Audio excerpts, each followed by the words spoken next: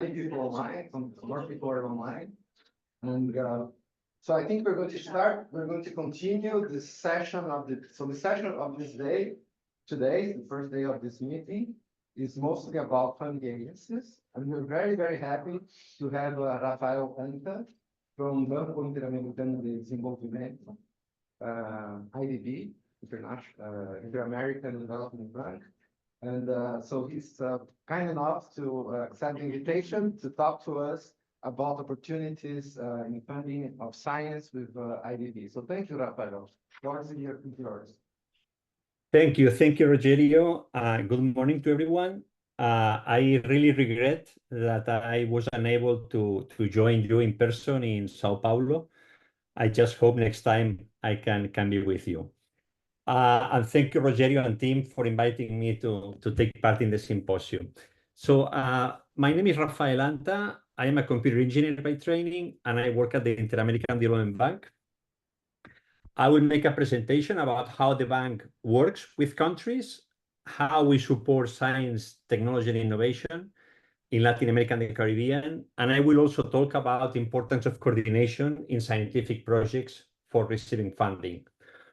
I have to make two important disclaimers before I continue. The first and most important is that my presentation won't be as interesting or vibrant as Silvio's or Ricardo's presentations.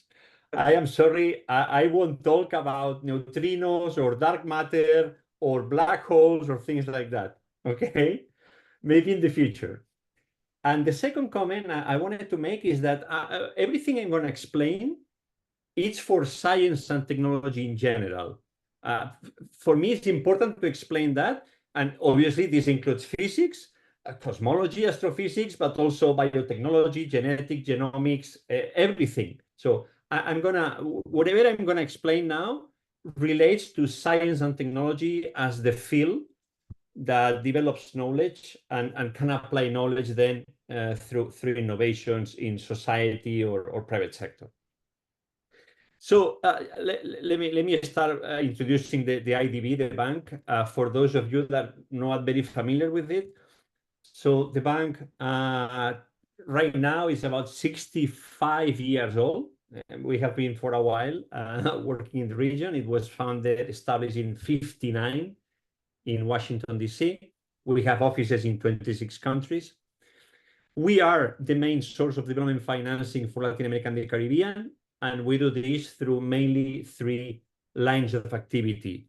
Financial support, we are a bank. We lend money. We also make guarantees. We do technical support that most of the times this involves grants, non-reimbursable money. And we do research. And the research that we do is important for our clients and for us as well. And we try to reuse all the knowledge that we develop through this research in the projects that we develop. We have 48 countries, member countries, and of those 48, 26 are borrowing members, are the countries that we work with them doing financing, technical assistance, and research. All Latin America and the Caribbean, but excluding Cuba. Unluckily. And just to give you a sense of how big or small we are, we used to joke to say we are a banquinho because we are a little bank in the end. In 2023, we lend almost or close to $13 billion in loans, and in the to the public sector, to governments. And the private sector of the bank lend a bit more than $5 billion to private companies. So I forgot to say that the bank has two basic windows. One window that works with governments and one window that works with private sector. When we work with governments and public institutions, we work with institutions like FINEP, FAPESP, MCTI, Corfo in Chile, Ministry of Science and Technology in Chile, Ministry of Science in Colombia, Ministerio de la Producción in Peru, and I can go on and on. So having introduced the bank, I'm going to explain now what we do from the team I work with, which is, okay. So sorry, before I explain what we do in my division, I need to explain how the bank works with countries, okay? And I'm going to talk about two things. The first thing that we have to work with countries is something that we call the country strategy. The country strategy is a document that the bank develops working with the country, with the government in power, the ruling party, and it covers the period of the government. And this is something that we can say this has a programmatic basis. I'm just sharing an example. Chile, let's say Chile. Chile has a government which is right now run by Gabriel Boric. Boric took office in 2022, and the bank worked with Boric's team, with the institutions led by the new ministers, to design the priorities that the bank will have in Chile for this period of 2022 to 2026. And just here, this is just a cut and paste of the strategy. The IDB says that we'll support Chile, fostering innovation, enhancing productivity, strengthening institutions, and so on and so forth.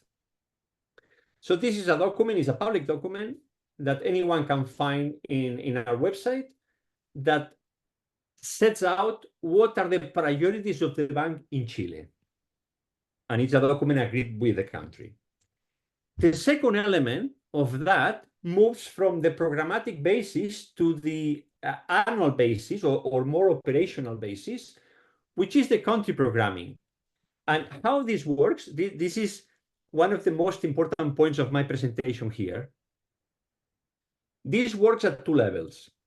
First, it's at the national level, country level, that national institutions or subnational institutions, depending on the countries, in Brazil, for example, in Mexico, at subnational level happens, they discuss with the Ministry of Finance what are their needs in terms of funding and technical support. And sometimes these institutions would like to work with the Interamericano Development Bank or with other development banks. We are not the only ones. There are other banks like the World Bank or CAF. So they approach the Ministry of Finance and can say, look, we need this funding for our programs, and we would like to work with the IDB, for example. And then it is the Ministry of Finance, the one who decides whether the country wants to work with the IDB to support this ministry. So here in my slide, you can see that the Ministry of Finance decides, and if they decide to agree with the institution that requested the support, then they call the bank and say, look, I would like IDB to support, I'm going to invent now, the Ministry of X for doing a reform or a new policy or a new program or new investments or et cetera, et cetera. So this is how it works.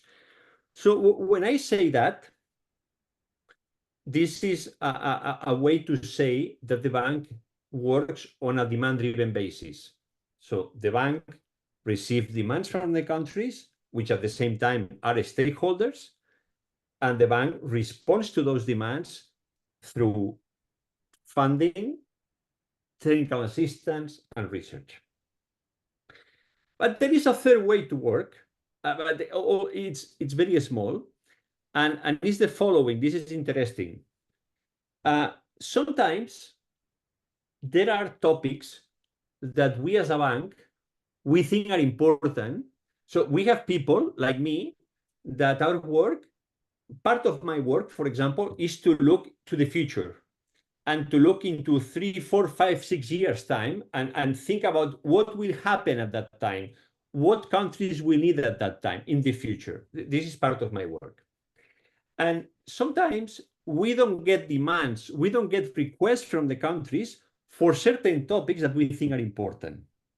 And then what we have is something that I could resume or call bank initiatives. And this is not demand-driven, this is supply-driven. We can pick topics that we think are important, that no one is asking us, and then we want to introduce these topics in the discussion. And what we do is that we can get some funding, grant funding, in the form of small projects, and then we can work with countries to start discussing things that we think are important for the future or even for the present.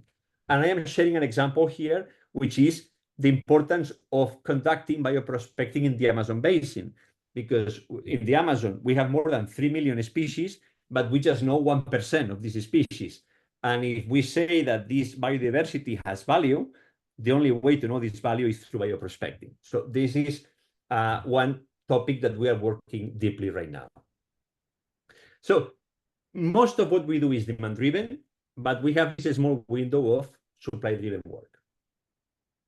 So now, what we do in the field of science, technology, and innovation, well, we do many things, but I can summarize these things in 4. We do, with top priority, institutional strengthening.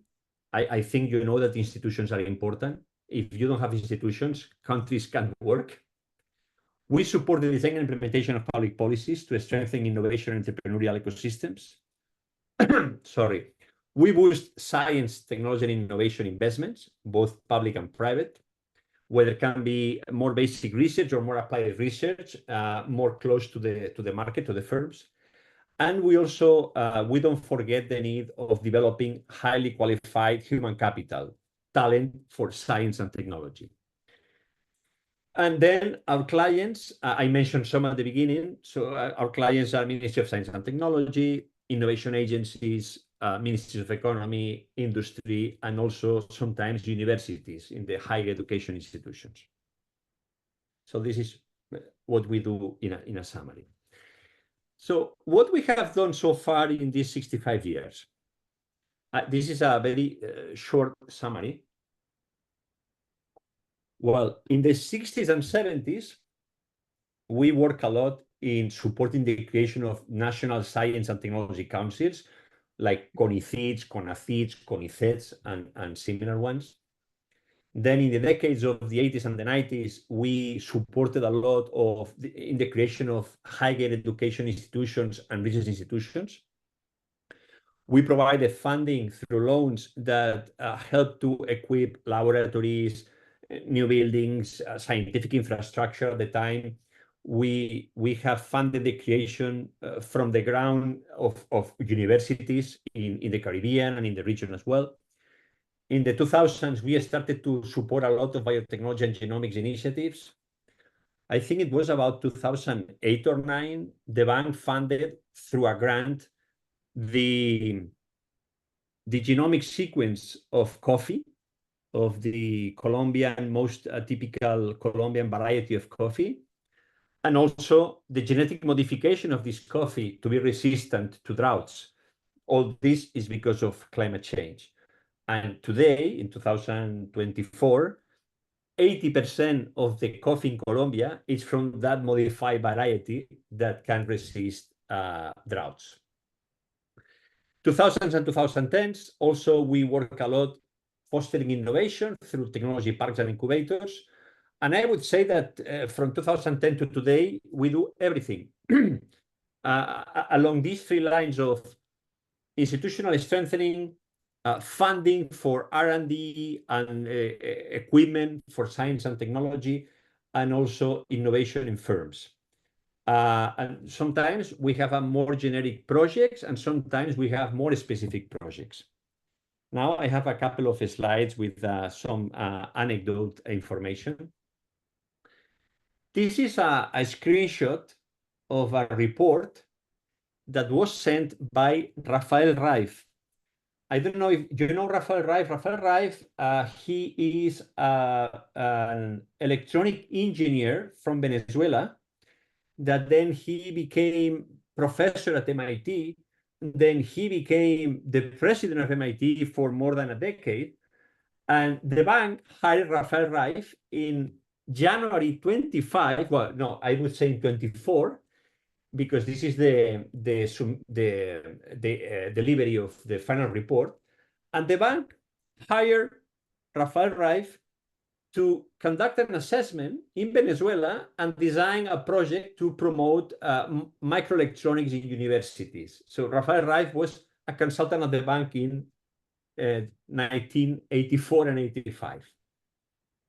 And now, fast forward, we have this picture of, this is CONAHCYT in Argentina. CONAHCYT is the space agency from the country.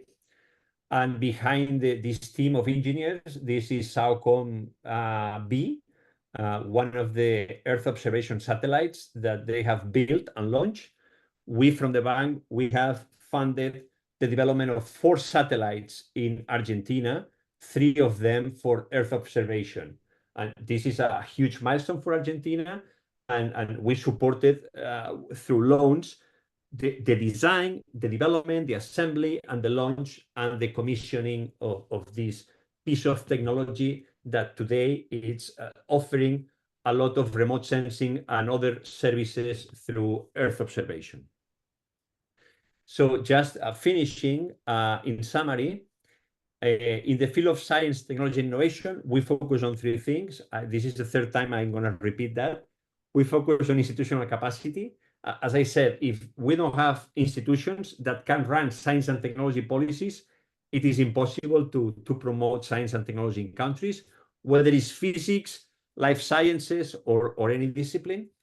We work a lot in public policies for science and technology to develop talent, infrastructure, etc., and funding. And when I say funding, this is important. It's not the funding of the IDB. As I said, this is a banquinho. Funding means that right now, Latin America allocation of funding for science and technology is insufficient. Whatever is the indicator you use, it's extremely far from the desirable amounts of funding. And we are not expecting to cover the funding needs of all the countries. This is just impossible. But we try to make the case or help make the case for more allocation of funding in countries so they can develop, they can do more science and technology. And something that I don't want to forget to mention is that size of funding is important, but just that this funding is sustained is as important as size. And just to remind, 98% of what we do is demand-driven. So if any country wants to promote science and technology or a specific field of science with the help of the bank, everything goes through the internal channels in the country, through the Ministry of Science and Technology, and then Ministry of Finance. And it is in the end, the Ministry of Finance, the one that knocks the door of the bank to say, we want help. And last comment is about the importance of coordination in scientific projects for funding at the bank. Look, for good or for bad, the bank is an institution led by economists. And some economists believe in the importance of science or investing in science and technology, and some others not that much. Or some economists think that other countries will do science and Latin America will enjoy the results of the science. And this is not the reality. Each country needs investments in science. And we not always find people that understand that. So trying to support regional science projects from the Inter-American Development Bank could be feasible, okay, could be feasible if those projects will tackle something that is a top priority for the bank. Let me just put an example here. So going to Silvio's presentation. So he talked about neutrinos and projects with Fermilab, etc. Well, if there is a project about understanding neutrinos, I don't think the bank could support it because the everyday language of the bank is poverty, families that are poor or live poor, or vaccinations, or citizen security, or productivity in firms, or more roads, or more water. This is the day-to-day of the bank. So if we approach the bank to say we would like the bank to support a project to discover neutrinos or understand dark matter, the bank will say no, probably.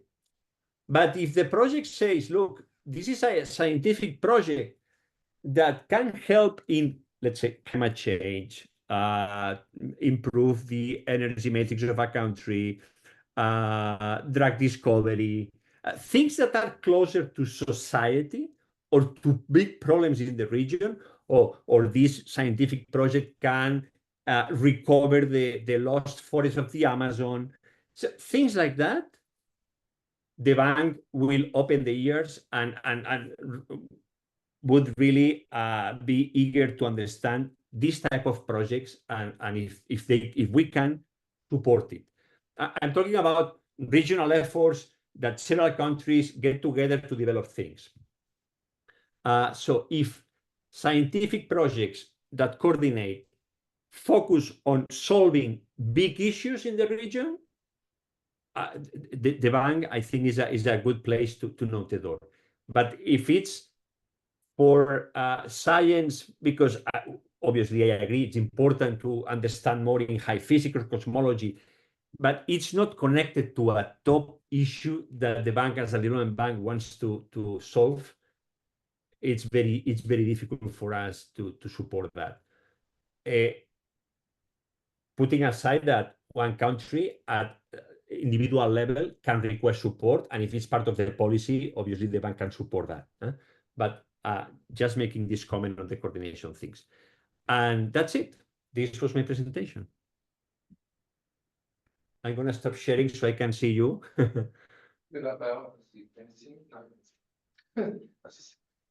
So we can ask questions to Rafael. There's microphones here, and we don't need a microphone. You can hear us, right, Rafael? Perfectly. There is one hand.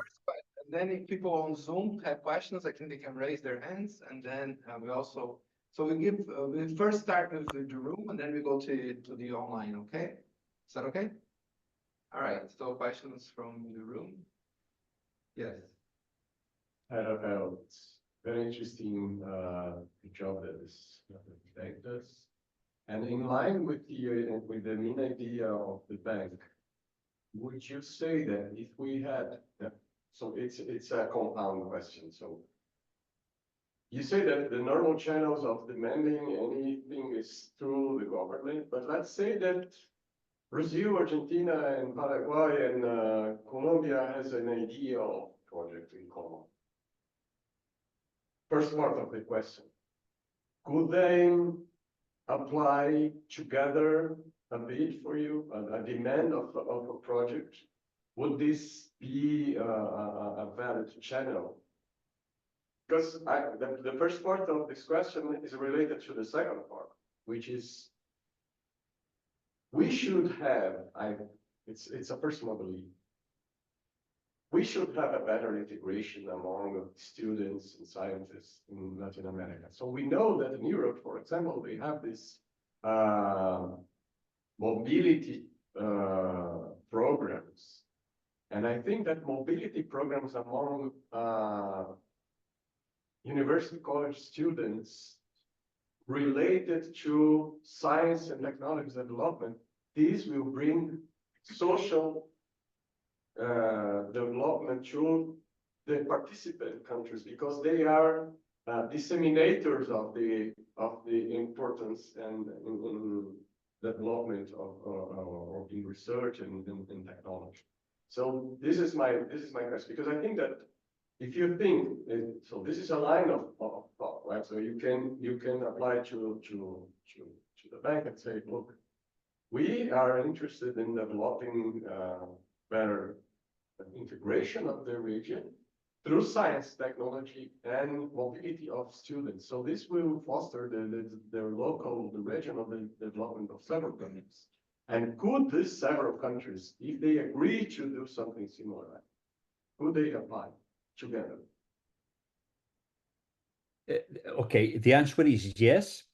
Let me explain. I fully agree with you what you said about mobility of students, of human capital talent. And we, and also for the bank, integration is a key priority at all levels, not only in science and technology, but in trade, in security, in customs. Integration is a hot topic, but it's very complex because the region is so heterogeneous that the differences between one country and the other can be just uncomparable. Let's say Brazil with some of the neighbors, small ones. And also, as you can see in the last decade, when there are political changes, sometimes the new government is from a different color, left or right or center from the neighbors, and okay, I am not friends with this guy, with my neighbor, so I'm not interested in integrating with this neighbor. So integration is a very complex topic. But two quick comments. One is that the bank, in the past, when I say in the past, I'm not talking about 1 year ago, I'm talking about 20, 30 years ago, we had for many years different programs of scholarships. And those scholarships help develop talent at different levels in the region. And these students, they went through the countries in the region or to the North America or Europe and came back. And this, we stopped doing this, I think, in the 90s. And right now, there is a hot discussion in the bank to do this again in the field of artificial intelligence.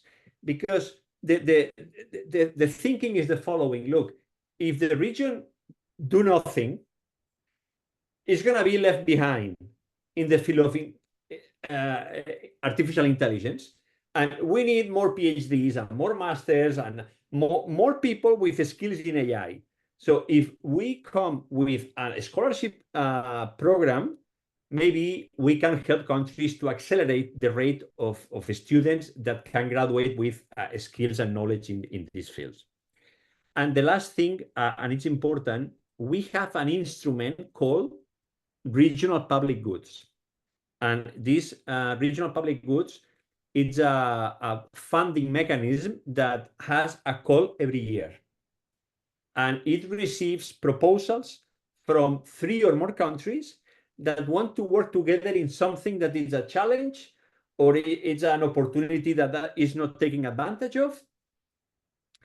And I think in the past, I think Rogerio can remember this, we worked with Rogerio and Fernando and more people and Reina in a proposal to the regional public goods to promote regional work in the high physics, cosmology, etc. And it didn't work because the money in this instrument, in this mechanism, is so small and the demand is so high that then we received proposals that were more connected to top priorities of the bank. The Amazon, the digital transformation of the region, things like that.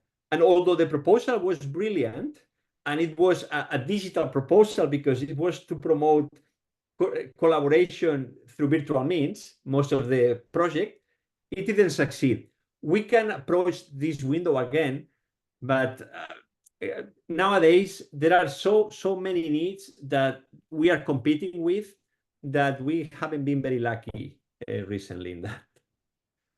Thank you, Rafael. I think Federico has a... Federico, go ahead. Hello, very interesting talk. I was wondering when listening to you and also remembering what was told in the morning.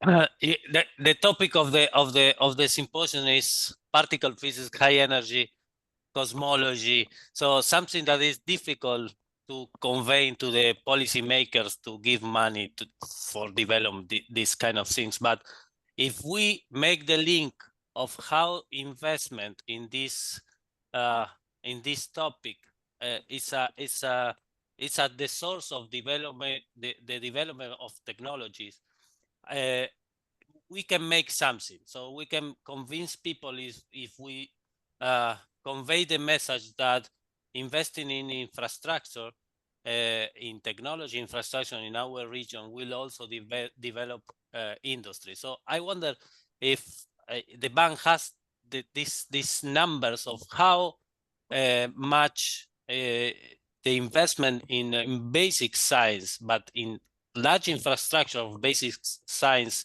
has a return to the society. So is the bank has, I think it certainly has made this exercise. Federico, we have done this exercise. This is an excellent question. I forgot to mention something. And I want to respond to you well, but not in a very long way, because then I would like to take more questions. But let me say a few things. First, we had something I would call, personally call a nuclear winter funding science and higher education. I would say between 2010 and 18 in the bank. We have leadership that wanted the bank to work in innovation. When I say innovation, is in firms innovating, but didn't want to invest in science and technology, which is, it's just impossible. So if you don't have science and technology, you cannot innovate. Okay. So, but this prevented for several years that we got requests from countries that wanted funding for science and technology or higher education, and the answer was no. And during that time, the nasty discussion was about how important was basic science, as you just mentioned. So there was this people thinking, oh, I agree with investing in applied science because it's closer to solutions or to the market or to innovations, but basic science, it's only for the US, Germany, Japan, and Korea. And they said that. And we believe that we have passed this discussion and we don't need to justify anymore the importance of investing in basic science. This is done. We have the example of Chile. Chile is perhaps is the top place in the world to look at the stars, right? Or to look at the Milky Way, or to look at the wherever you want to look, because skies are super dark, etc. And this has created an industry of telescopes. And this industry of telescopes then created services for telescopes. And nowadays, there are startups that are doing AI because they develop knowledge using image processing for stars that they can reuse now these algorithms to other applications. So we have a lot of examples of how basic science, why is important, and how these trigger other developments and discoveries and products. But then, Federico, the discussion gets more complex because there is something I didn't mention, which is when the bank works with a country, the amount of money that a country can borrow, it's limited. Okay? Let's say Brazil can borrow, I'm inventing here, I don't remember. Let's say Brazil can borrow 3 billion and Honduras can borrow 300 million. Okay, and Bolivia 500 million.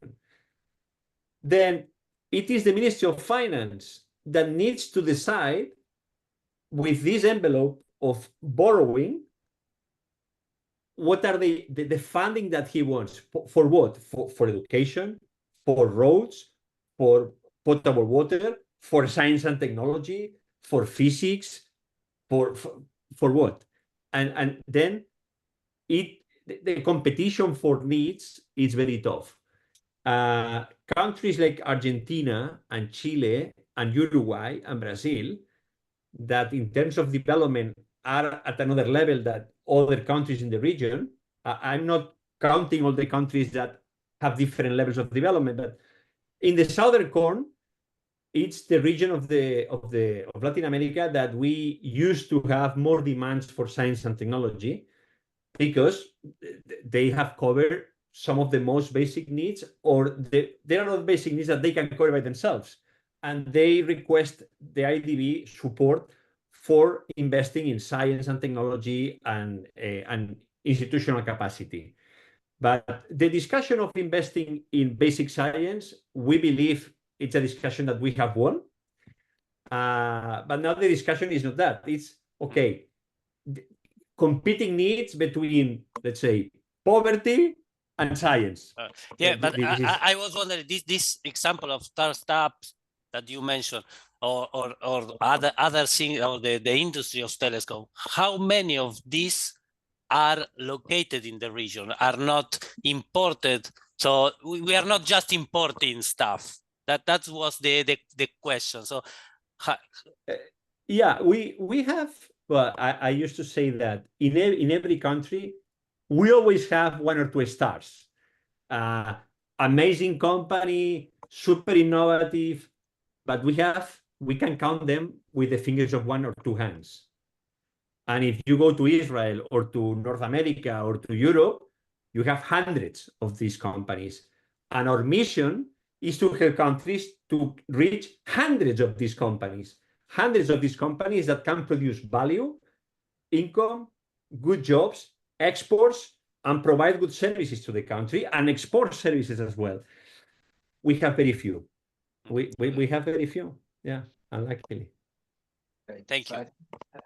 Thank you, Federico.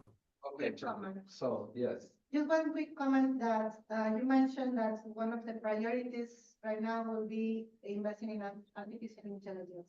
I wanted to comment that precisely the big experiments in astronomy and cosmology right now are actually developing a lot of tools on that sense, because we will have the largest data sets and largest amount of information to process, and we don't have tools for that anyway.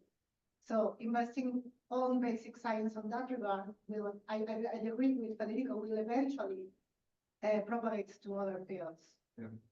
Okay, so I think it's up to us in our community to come up with projects that have this kind of language that is acceptable to the IDB.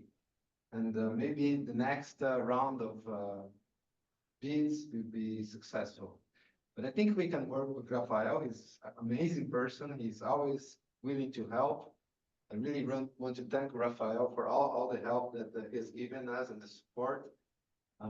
But yeah, so this is an important channel to keep open, and then we have to think how to make a proposal for our community. So thank you, Rafael. Thank you, Rogerio, and thank you to everyone, and enjoy the rest of the symposium. Okay, thank you. Thank you. Thanks. Bye. Okay, Bye-bye. Rafael mentioned a lot Chile. The next speaker is Dr. Sharapyia Kakimova from the Agencia Nacional de Investigación y Desarrollo, NID, in Chile. So Sharapyia, are you online? She was online. Yes, I am. Hey, hello. Good to see you again. Hi. Okay, so thank you for accepting our invitation, and the floor is yours. Thank you. I will be sharing my screen.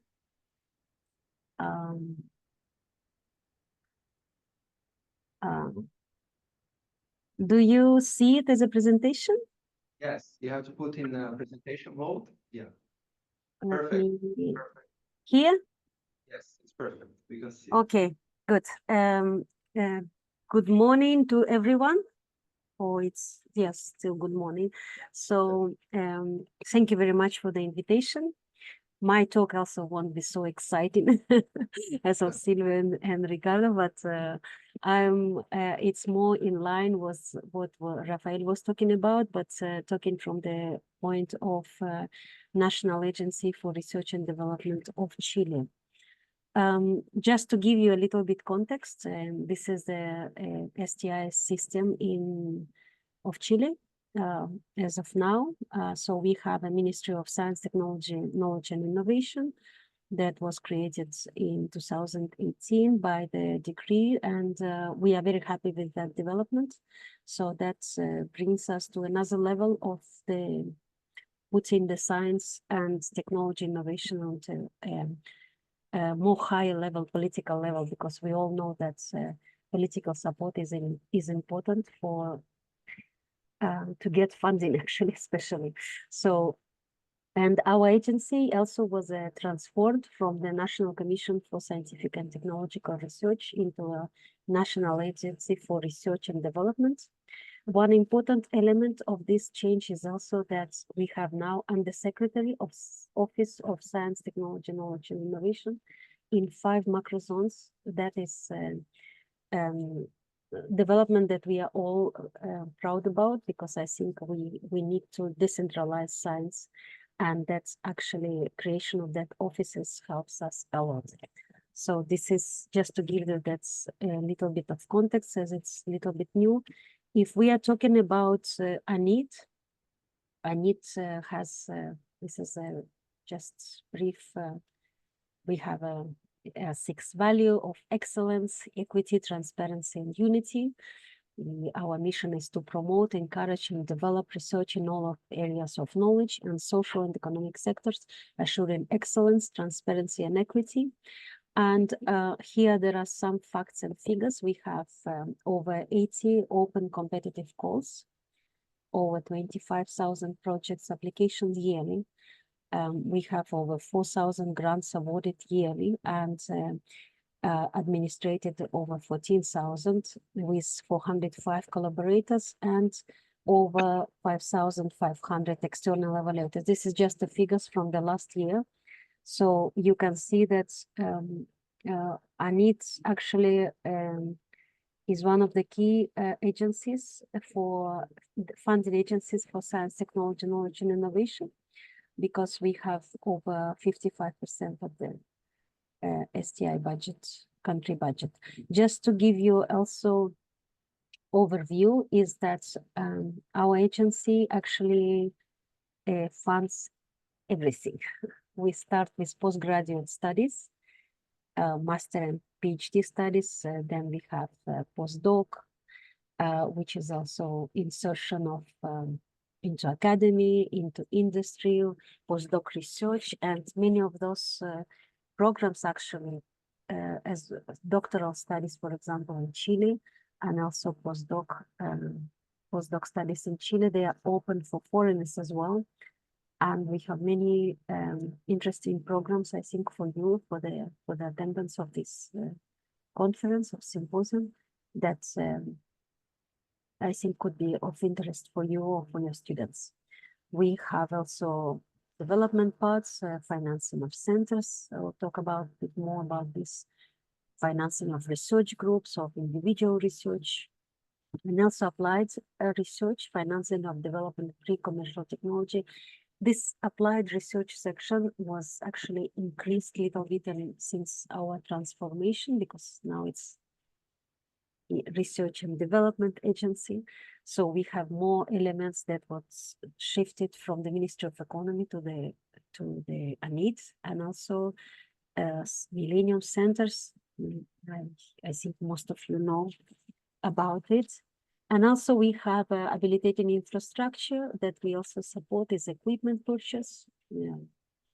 Not as big as we would love to, but also we have oceanographic vessel hours, telescope observation hours, digital libraries, complementary benefits, etc. And a cross-cutting perspective on gender and territorial parity also. This is our structure. We have 5 kind of main areas of that have external clients on beneficiaries, and a cross-sectoral area that is actually support area that's like a legal department, finance department, technological department, etc.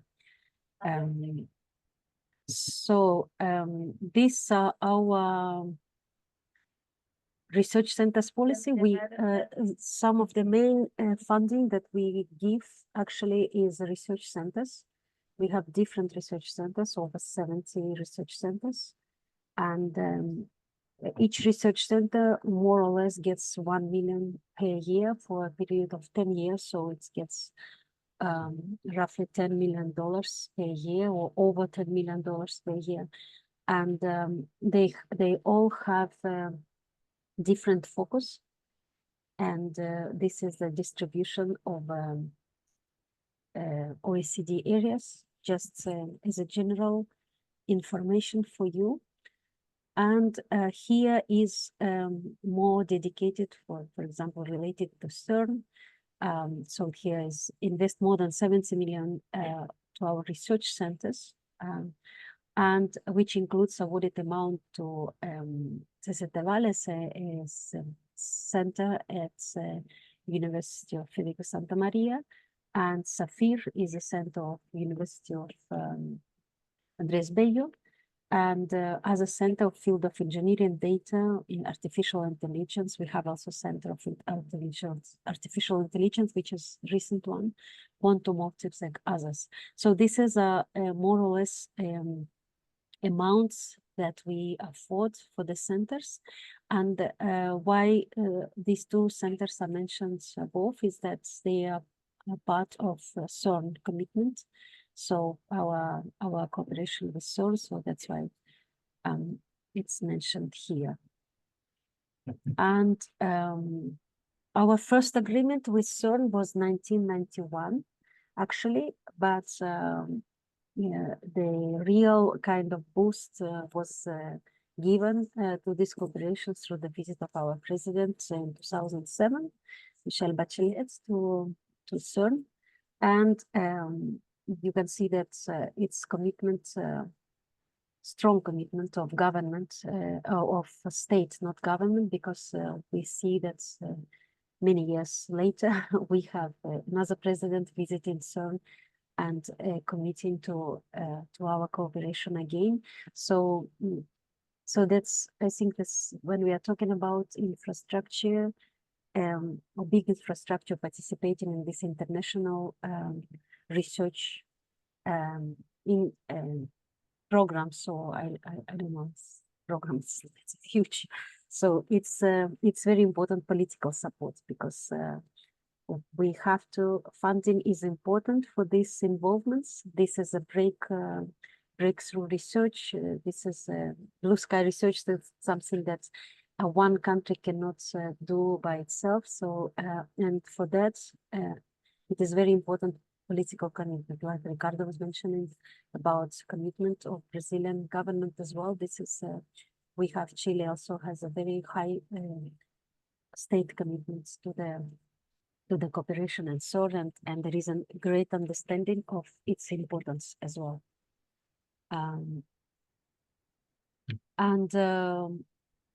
We know that CERN is one of the examples, but also we have in order to support this, we need a very good human resources to be able to sustain this cooperation, etc. We need to develop PhD students, postdocs, etc., researchers who can actually participate. We can also, we need good engineers as well, because many experiments needs to be constructed, and there is a great need for human capital.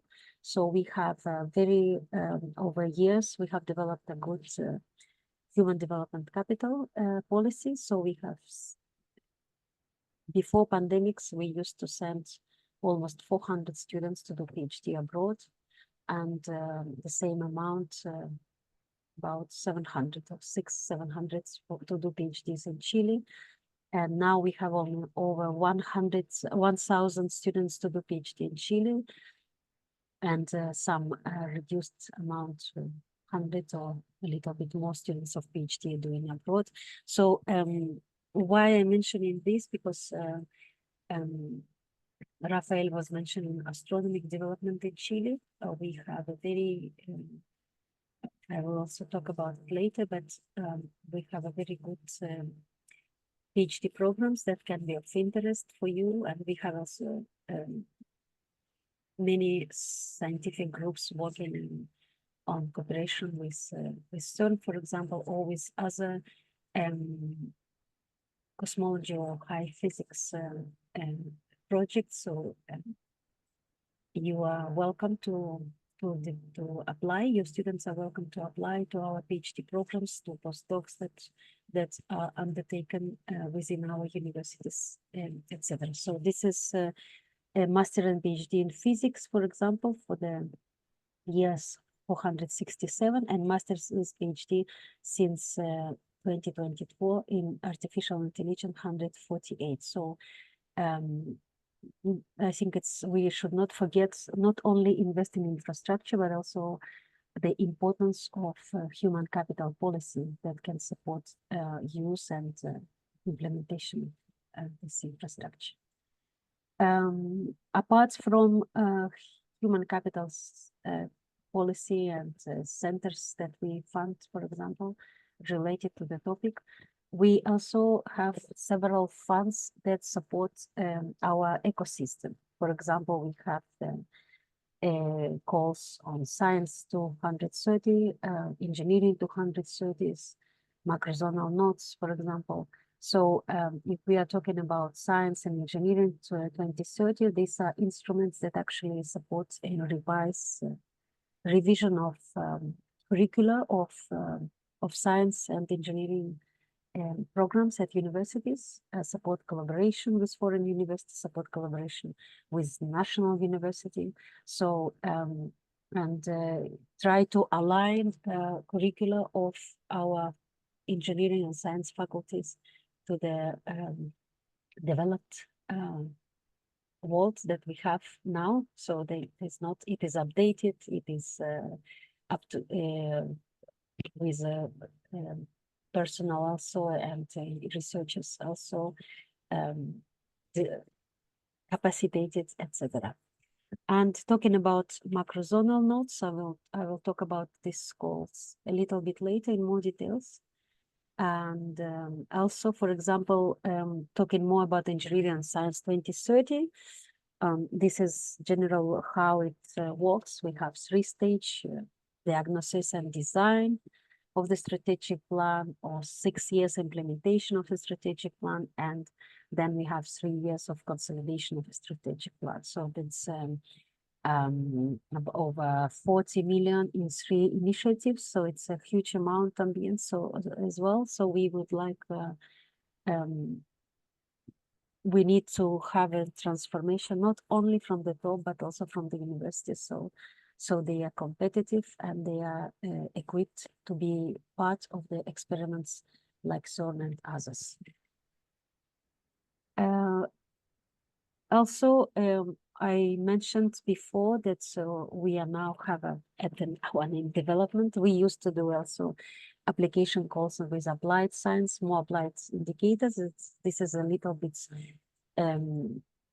kind of brief explanation of what application calls do we have by TRL scale. And so we have, for example, public challenges project, that is TRL7. That's when another ministry or public agency ask us to have to conduct application call, and they have some challenge that they need to resolve, and then Anita takes care of application of the call, etc. Selecting some catalysis, selecting up to 5 applications for the 5 proposal first, and then finally selecting the best one for that can actually address this public challenge. So this is I will share with you later on, so I will not stay much on this. Here I would like to take some time to talk about nodes of territorial impact and natural laboratories. As you know, I mentioned already that we created offices of ministry at macrozones, 5 macrozones that you can see now. Here, North, Center, South, South, and Australia. And also we decided we need to better articulation between actors at each macrozone. So there was a funding to create nodes at each macrozone that articulates between all relevant actors, that actually can have a roadmap about what is done in the region related with the science technology, how science technology can impact the development of the region, and what actors are participating, etc. And apart from that, there is another call that we created. It's on natural laboratories. Natural laboratories is we understand it as a unique territorial geographical territory with special characteristics that are unique for that particular area and that can actually be used as a laboratory for research. But so we up till now we have 7 natural laboratories. We have 2 and in the north, 1 in ocean that have mountain, and then subantarctic and Antarctic nodes. So that's what they do actually is also they articulate about they have data about research done in that particular area. They define gaps that are needed, and what also they need. They have a kind of articulation between foreign researchers, for example, and local communities. They also try to have a sustainable interactions between scientific communities or others with the local communities as well, and with that particular natural laboratory. So we try to it's like our astronomical community.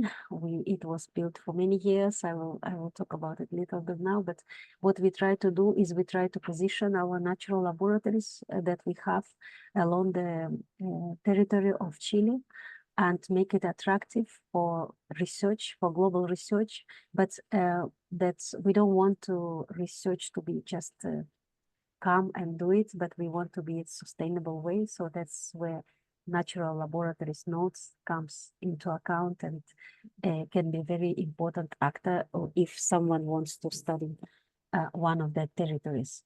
And here, just an example, we don't have note on astronomy, but it's can be also called natural laboratories due to its beautiful skies, very dark skies and clean. So we can see that, for example, the first astronomy observatory was built in 1967, and now we have almost we'll be having almost 75% of the world's observation capacity. This is an infrastructure that Chile actually could not afford probably. Now it's impossible to afford because this is infrastructure, a huge investment on infrastructure by foreign actors, but it's on national territory.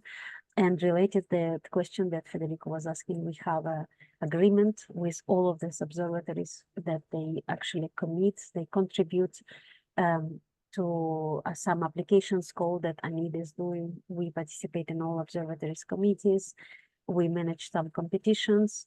We also have our institutions that's legal institutions in Chile. They have access to 10% of observation capacity of those observatories on competitive basis, of course.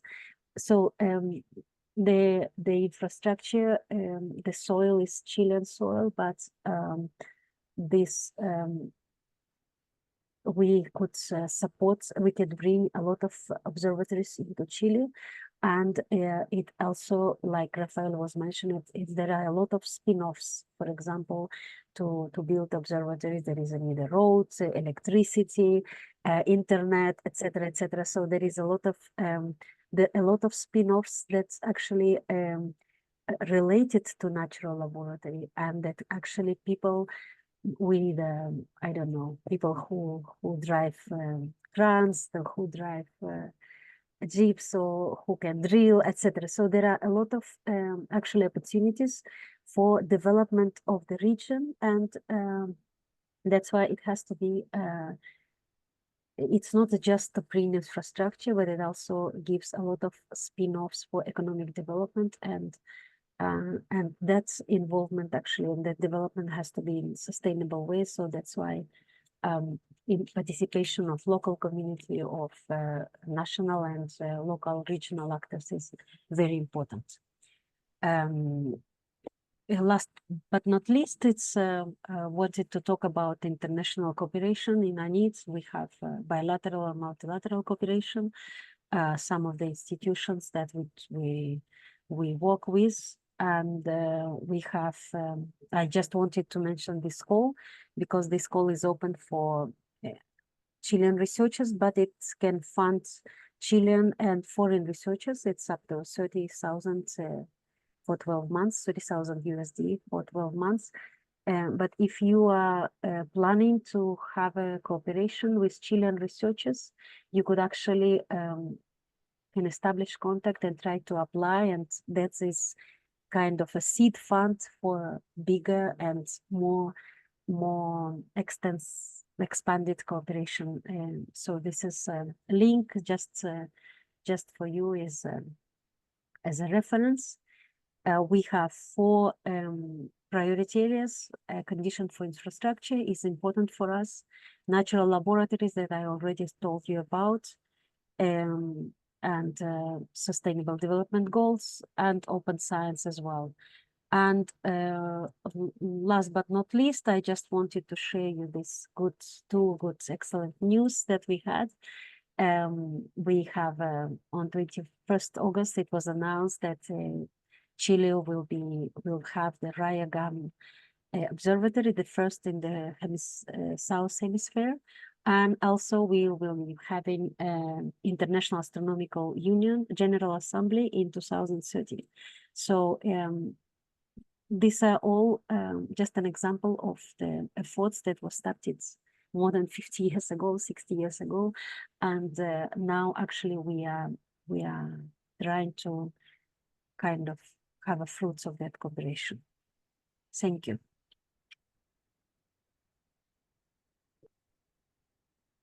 And congratulations on all this incredible accomplishments of hosting the Southern Latitude Gamma Ray Observatory, also the International Astronomy Union meeting, and also the CERN association that's going well, I heard.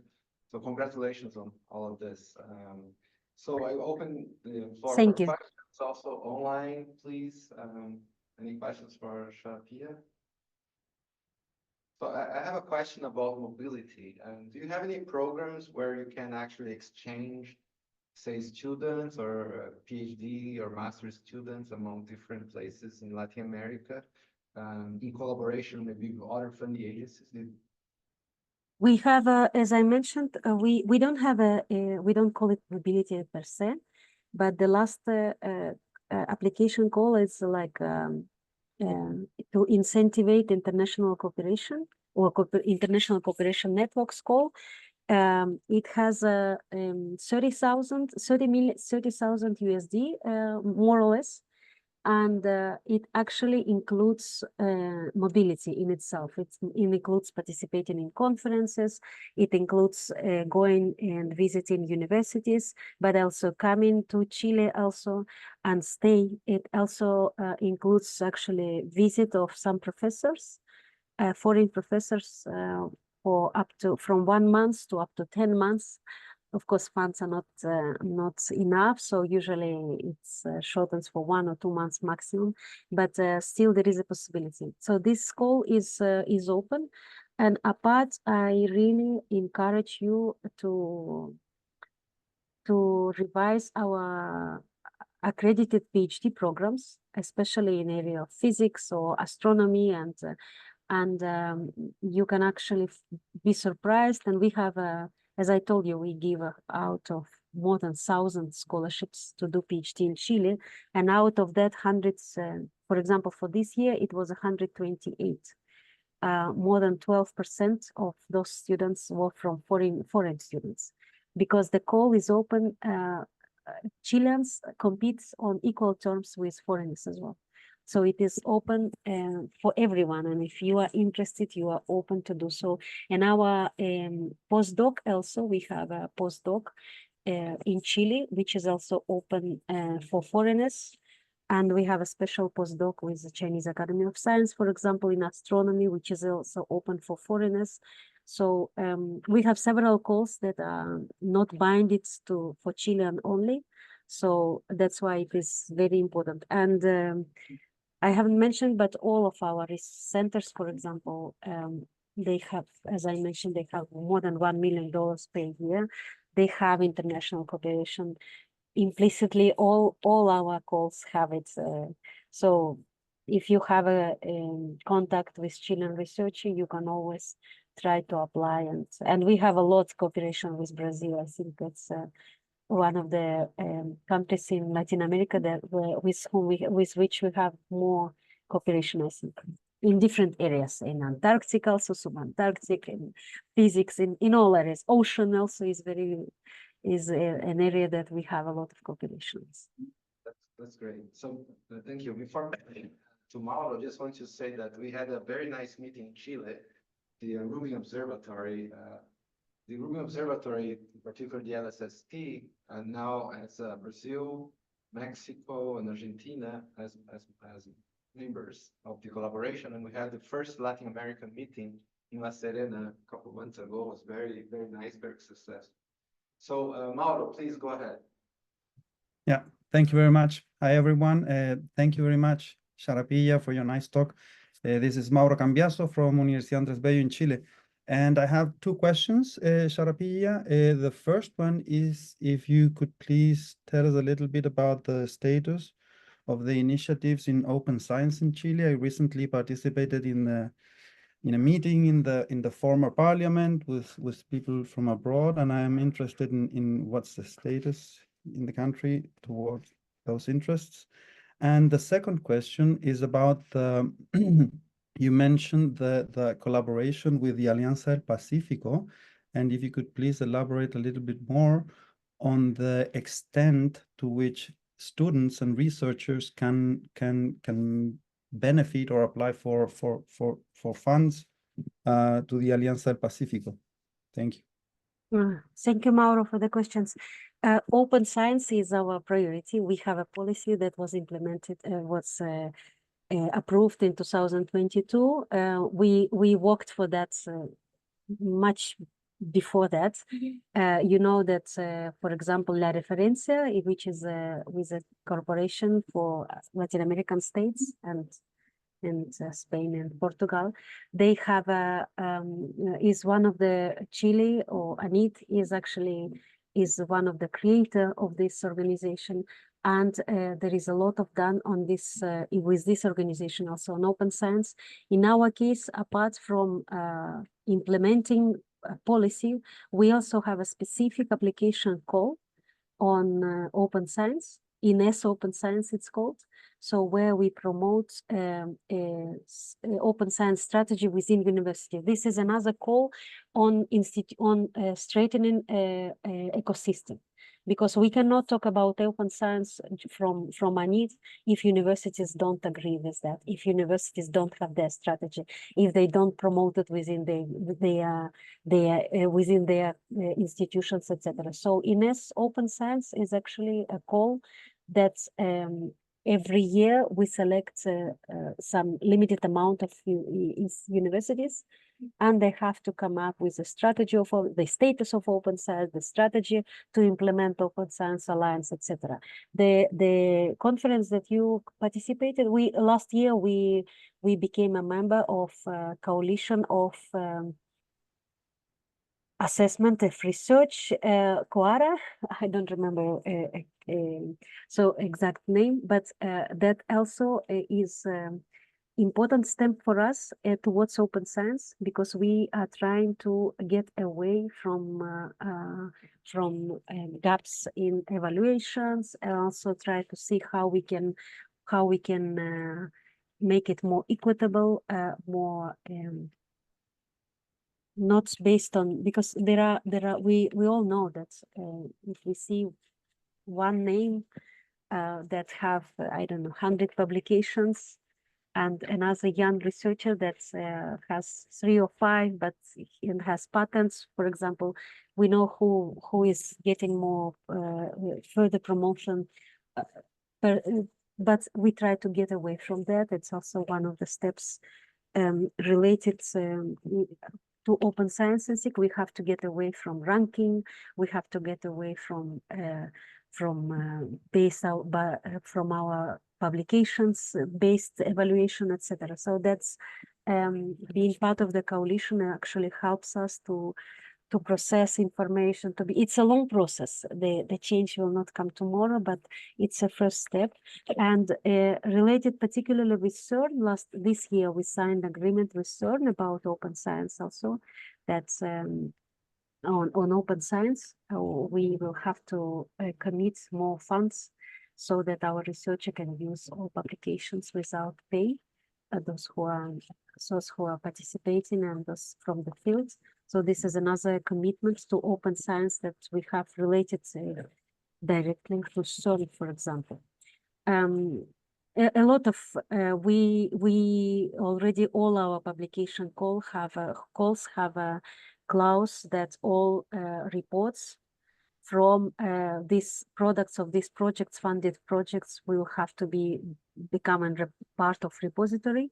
So we are in the process of constructing this repository because the policy was approved 2022. From that year onwards, it's kind of obligation of all beneficiaries to do so. But of course, because it's new, we have to consult with them. We see if there is some information they don't want to be published, etc. So this is we are working on it. And about Alianza del Pacífico, we had a meetings. We are not so active at the moment. Let's say the Corpo is leading this. Our participation at this stage with Ministry of Relations, we participated with some meetings. What we offer for Alianza del Pacífico is our PhD scholarship, as I already mentioned. It's open for foreigners to come and to study, to do PhD here. And but it's what we have already. We don't have a specific cooperation for Alianza del Pacífico, but what we have already in PhD, I think it's a lot already compared with other countries. We, as I told you, we have 128 foreigners selected for the call to study this April, March in Chile PhD. So it's a big number, and most of them come from Latin American countries. So that's what I can tell you. Thank you. Thank you. I hope it's enough. Yeah, sure. Thank you very much, Sharapyia. You're running very late. So Claudio, if this is a short question or short answer, go ahead. Because we're very late. Well, I don't know if it's a short, but okay. So Sharapyia, thank you so much for mentioning SWGO, which is going to be built in Chile. And well, it's a great opportunity for collaboration, especially in Latin America and the scientific community. But it's also a challenge, a great challenge, particularly for Chile, because we have to build this, so we have to finance this. So we just wanted to ask you, I have some ideas, but I want to ask you what you envision for financing this, this infrastructure. If you have any suggestions, or we can talk later, I have no ideas. This is just came out. So unfortunately, I'm not the right person to be asked this question. So we can, when I know more, I will let you know, Claudio. But at this point, unfortunately, I have to disappoint you that I don't have answer. So Claudio, just put up your sleeves, get a shot. So it was very short. Go to the camera and start digging, man. Thanks. Yeah. Thank you, Sharapyia. Thank you, Claudio. Okay, thank you again. Thank you. Thank you to all. Let's continue with the funding agencies. I'm very pleased to have Patricia Torres. So I apologize for the delay. So she's from the Consejo Nacional de Humanidades, Ciencias y Tecnología de México. So Ana, are you online? Yes, here I am. I will. Thank you very much, and the floor is yours. Sorry for being late, okay? No, it's okay. Thank you very much for this opportunity to participate with you. I will start sharing my presentation. Just give me a minute, please. Yeah. Mhm. Oh. By the way, congratulations to Chile on this new SWGO observation. It's wonderful news. When you go big. Okay. Okay.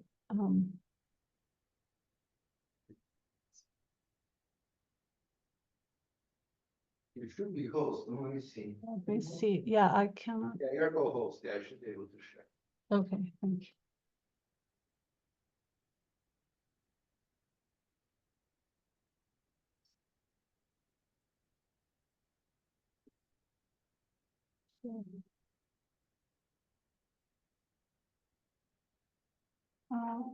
Can you tell? Yeah, it's coming out. It's coming out. Oh, but it's not on the full presentation with me. Yeah, just put the presentation. It's already in. Let me see. Oh. Okay, here it comes. Perfect. Okay, thank you. Do you see it on presentation mode still?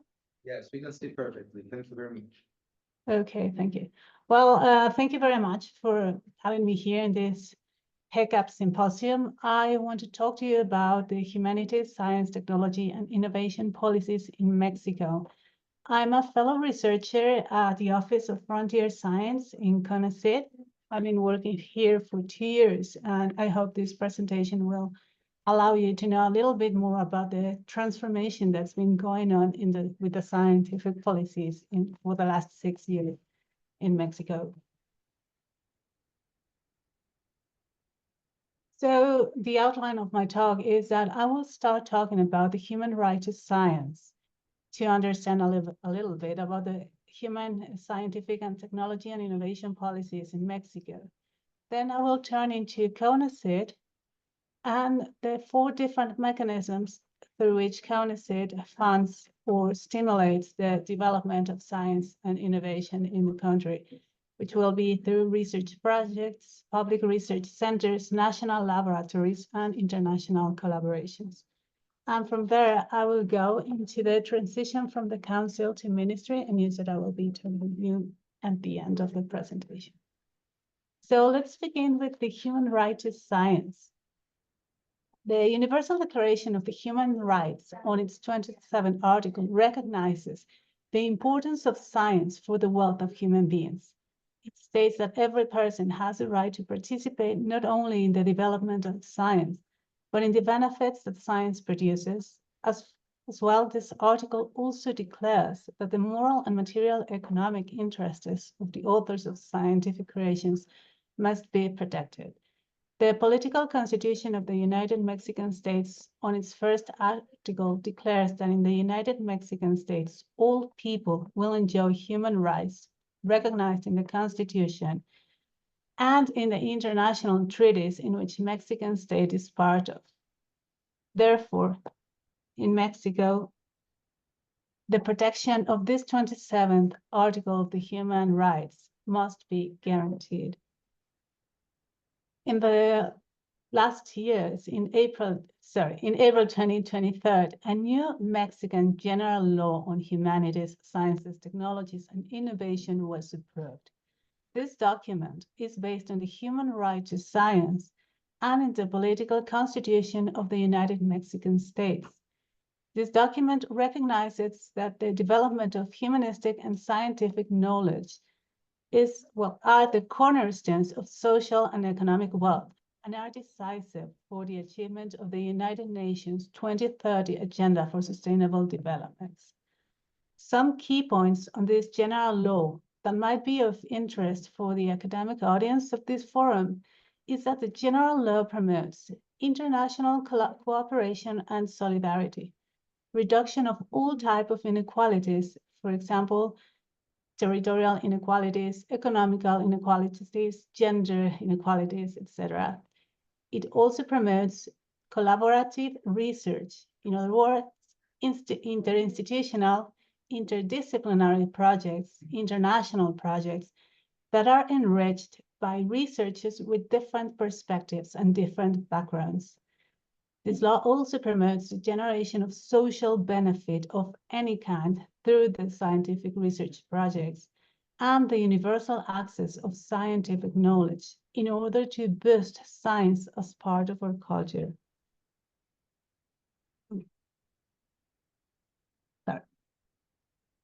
So the methods in the following slides, I will present you 4 different mechanisms or methods through which CONAHCYT promotes the development of humanistic and scientific knowledge.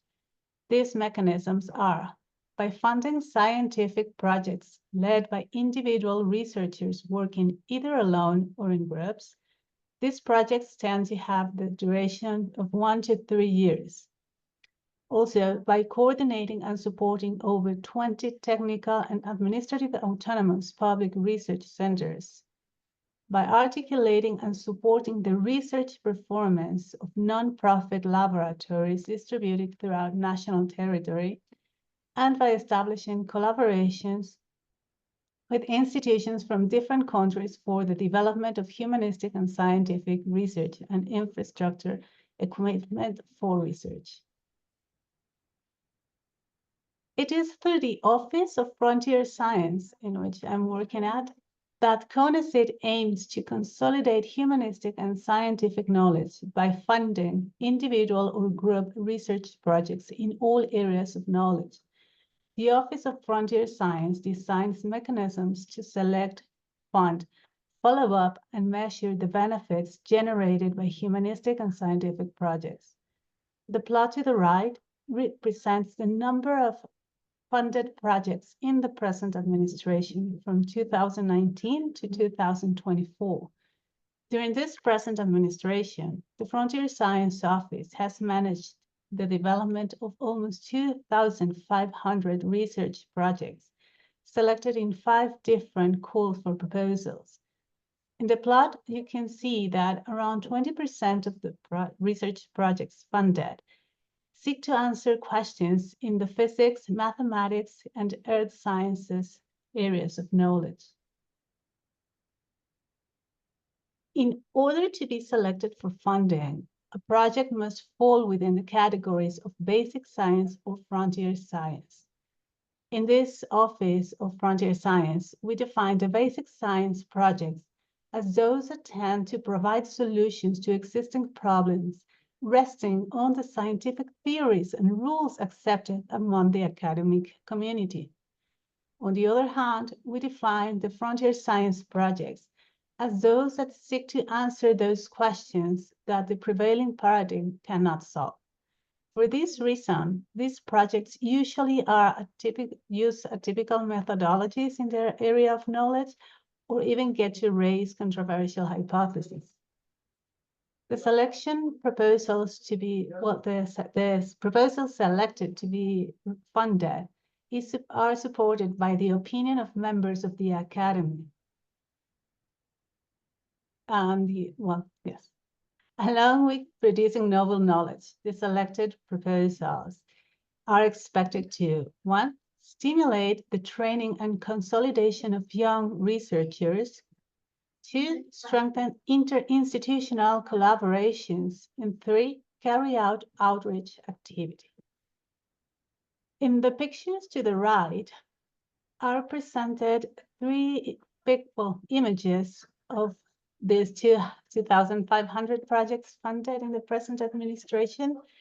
And you can also identify the promotional poster of an outreach event designed to show that investigating in basic and frontier science is actually investing in social benefits, not only in the large term, but in the short term as well.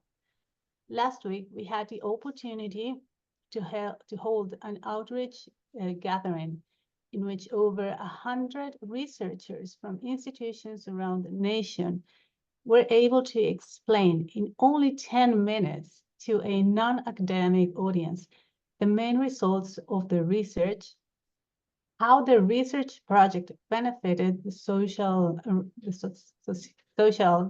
and the people around them. But they also, and this was very interesting, the researchers were also able to share their concerns and opinions about the role that the government in the promotion of scientific research. Of the funded projects in the present administration, 80 of them are on the HECAP themed, themes. That is, 38 projects are astronomy, astrophysics, and astroparticle. 17 are cosmology, 8 are neutrinos, 12 are colliders, and 4 are about dark matter. These 80 projects represent the 15% of the total funded projects in the physics, mathematics, and earth sciences areas of knowledge. These 80 projects as well, they come from 20 different institutions. They belong or are distributed in 12 different federal entities out of 32. And they use data from at least over 12 observatories. This tells us a little bit about the importance of collaboration, either nationally or international, for the Mexican Academy. As well, it is important to notice that although most of the researchers working in CONAHCYT funded projects, they find their research into the astrophysics or cosmology themes, the neutrinos and dark matter themes are also quite important. The second mechanism by which CONAHCYT promotes the development of humanistic and scientific knowledge is by coordinating over 20 parastatal entities of the federal public administration. These are cataloged as CONAHCYT's public research centers. These research centers are intended to perform humanistic or scientific research or technological and innovation activity. Many of them also offer graduate degrees programs, and these centers are considered fundamental institutions to achieve the nation's scientific and technological independence. One of these CONAHCYT's public research center is the National Institute of Astrophysics, Optics, and Electronics, INAOE.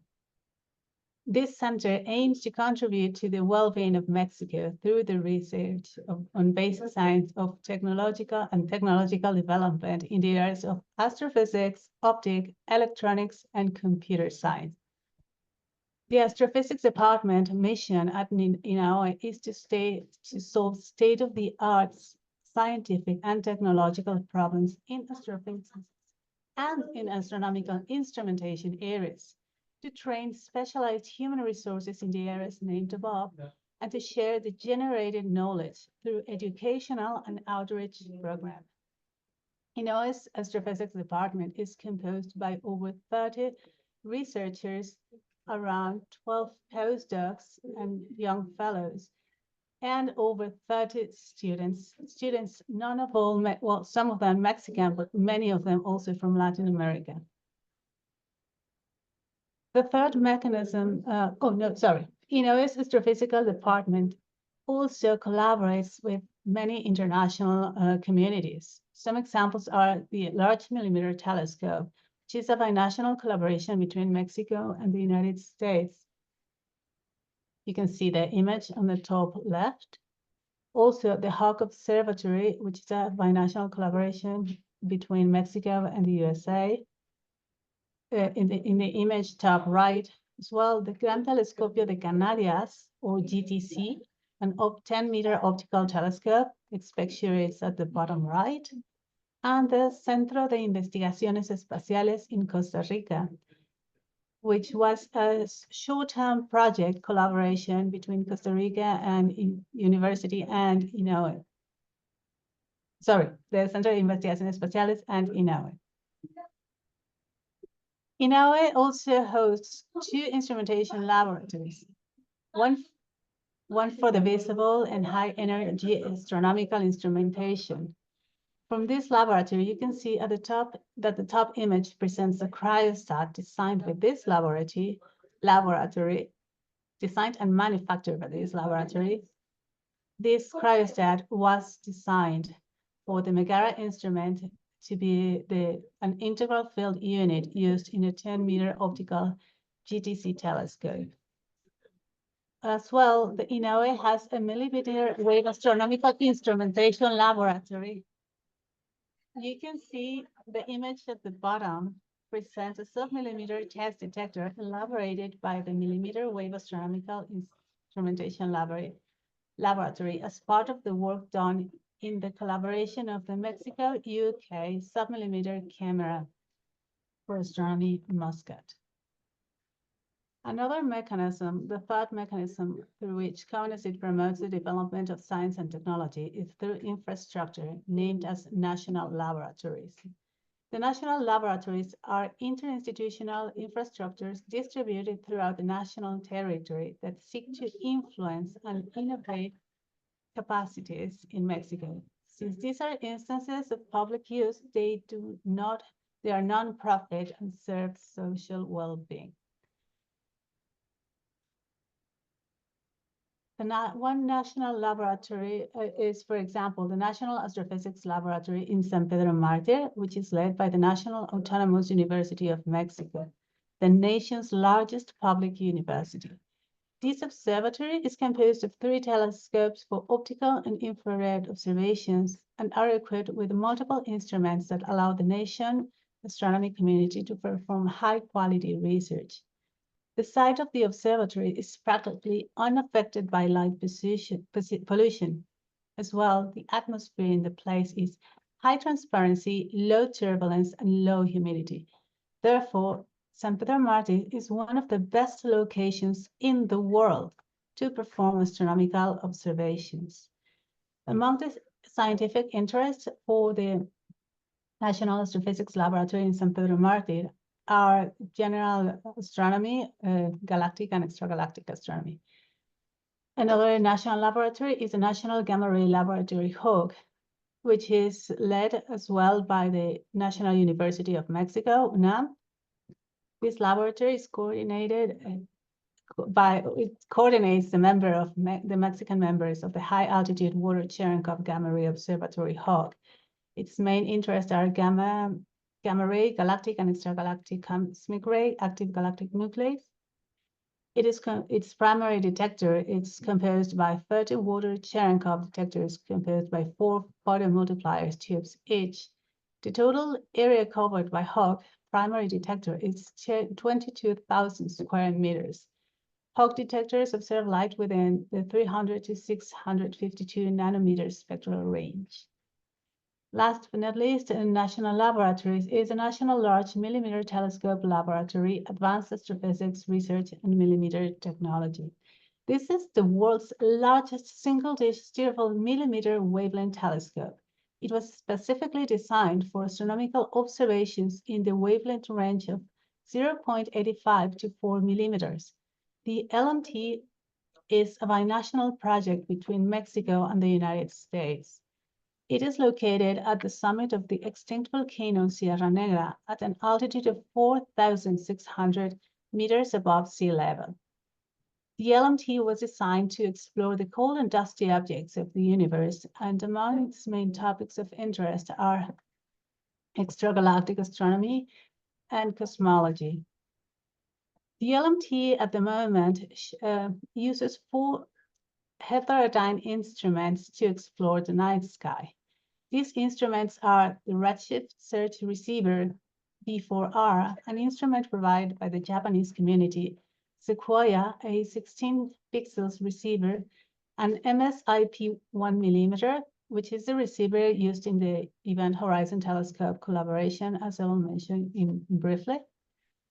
At the moment, the LMT also hosts a continuum camera called Muscat, which is a collaboration with Cardiff University in the UK, and is about to, and at the moment, Toltec, another millimeter camera, 3-band millimeter camera, will be placed at the LMT. Actually, it's being tested at this right moment. When it is completely approved and installed, Toltec will map the sky at the 270 220 and 150 gigahertz.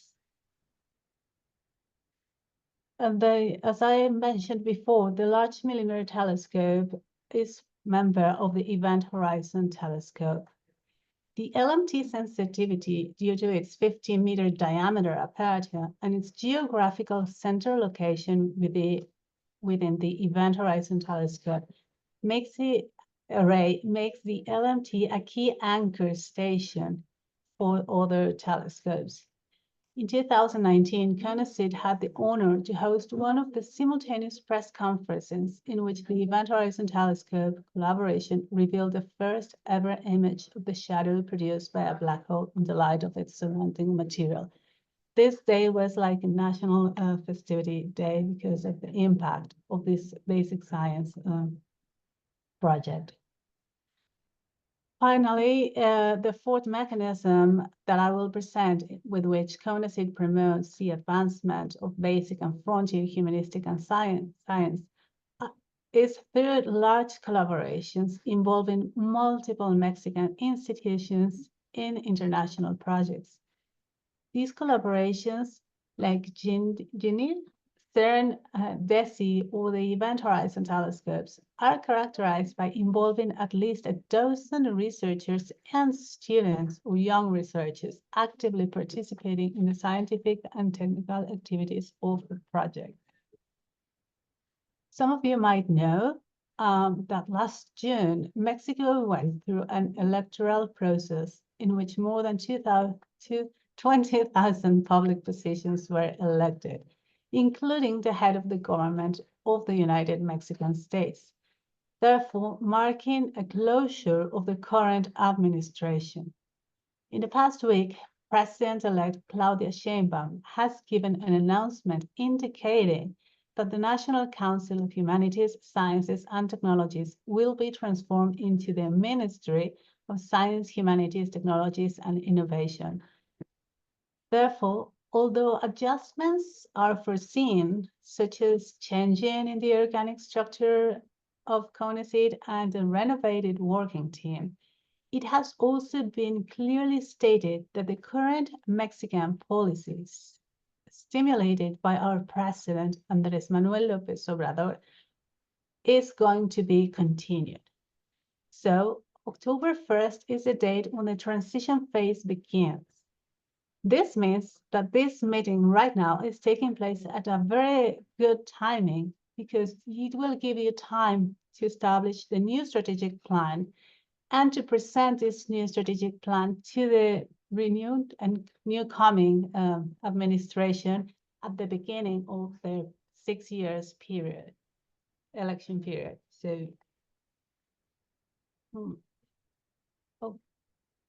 just to take home message that the Mexican government-funded science is based on technical excellency, collaborative research, industry knowledge transfer, intersection with the 2030 Agenda for Sustainable Development, and generation of social benefit. In other words, if your science cannot prove that it provides benefits to Mexico, to the society, to the world, and to the 2030 Agenda of Sustainable Development, it's going to be a little more difficult to generate the likeness for funding. So thank you very much for your time. And further information, please contact Maestro Alfonso Araiza Marroquín, the Subdirector of Multilateral Cooperation, or Dr. Angelica Leonor Gelover Santiago, the Director of the Frontier Science Office.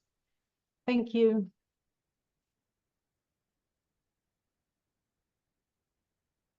Very enlightening talk about CONAHCYT. I confess I'm really impressed. I didn't know a lot of stuff that you mentioned. And congratulations on the creation of the ministry. I didn't know about that either. This is very Thank you. good. So let me open for questions. Yes, of course. So we have a Mexican here. Yes. Hello, Ana. Thank you very much for your talk. As well as Rogelio, I'm really glad to see many of the things you showed. So I just wonder, I believe in the past years, the mobility grant for students and postdocs hasn't been do you know how the new administration or the detect that's how we're having a better mobility program for Mexican students? Sorry, I couldn't hear the last part of your question. Can you raise a little bit your voice, please? My question is, if you know the mobility program in Mexico for the students and postdocs will be present again, because as far as I know, past years have been very, very reduced, as well as the scholarships, by the way. Yes, unfortunately, I don't have much information about the mobility of the students of these postdoc or grad students research scholarships. They are, but at the moment, the present policy doesn't consider or doesn't seem to consider that moving young students to other countries would be the best to do when we have lots of very important universities here. Maybe it will change a little bit because changes are coming actually. But on the other hand, what has been trying to solve this problem is that through the funding of projects, of the individual or group projects, there is a special amount of money that is to be used for sending the students, the PhD students, to send them into collaboration with other institutions. So whenever a researcher in Mexico gets funded by a project, at that moment, he will be able to send his or her student abroad to make collaborative, some sort of collaborative studies. That is that will be stayed, and we hope that this program actually goes beyond. I don't know if I answered your question. So Sharapyia has a question. Please go ahead. Thank you, Ana Torres, for the presentation and congratulations for the creation of the ministry. I think it talks a lot about the new upcoming president. So my question is about commitment of CONAHCYT that were undertaken before. So whether the ministry will carry on with their commitment, previous commitment, or whether they will be revised. I don't know whether you have information, probably not, but still, if you have at least some information about it, would be great. Well, thank you. That's an excellent question. Yes, on the last days, weeks, there's been a certain meetings between the coming transition team and the going out team, and every time they meet, it seems that they're just checking on what has been good, what hasn't been that good, because they want to follow the same political ideological road.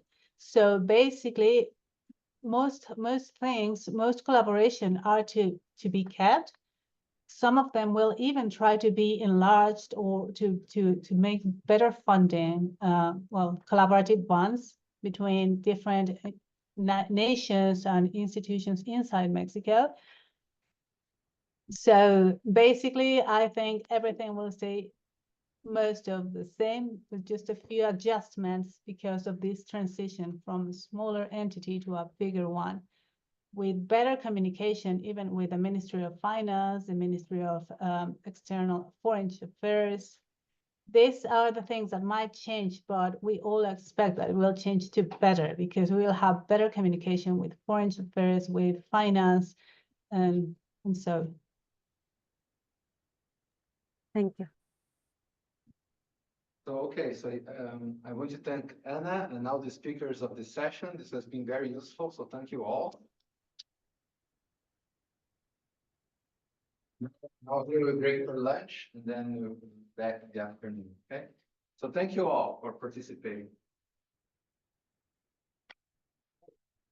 I'm going back at you. Yes.